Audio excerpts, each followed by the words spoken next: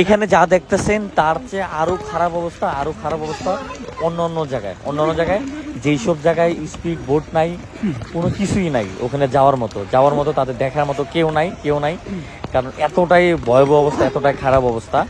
সেখানে এই পর্যন্ত যারাই চেষ্টা করছে যাওয়ার জন্য সেখানে যেতে পারেনি, কারণ এখানে সবচেয়ে বড় সমস্যাটা সেটা হচ্ছে বোট, একটা স্পিড বোট, একটা ট্রলার, এগুলো কোনো কিছুই নেই, যার কারণে কিন্তু বাচ্চা থেকে শুরু করে বয়স্ক কাউকে কিন্তু উদ্ধার করা যাচ্ছে না ওখান থেকে।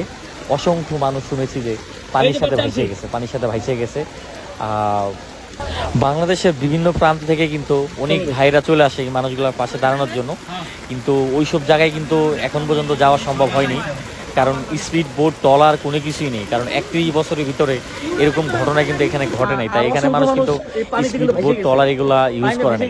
আর আরেকটা বিষয় হচ্ছে যে এই মানুষগুলা কিন্তু 12 ঘন্টা 14 ঘন্টা পানিতে ছিল, এক কাপড় বের হয়েছে। তা ঢাকা থেকে যারা আসবেন ভাই, অবশ্যই আপনারা শাড়ি কাপড় নিয়ে আসবেন, অবশ্যই তাদের জন্য লুঙ্গি গামছা নিয়ে আসবেন, অবশ্যই শীতের একটু কাপড় নিয়ে আসবেন, কারণ মানে শীতে কাতর হয়ে এই মানুষগুলা কাঁপাকাঁপি করে, কারণ এক কাপড়ে কিন্তু আইছে, এক কাপড়ে আপনার বের হয়েছে ঘর থেকে, কোনো কিছুই কিন্তু সাথে করে আনতে পারে নাই, যে কারণে কিন্তু মানুষগুলা কিন্তু মানে বিভিন্ন অসুস্থ হয়ে যেতেছে, বিশেষ করে মানে পানির যে চুলকানি থেকে শুরু করে আরো নানান রোগ কিন্তু এই মুহূর্তে দেখা যেতেছে।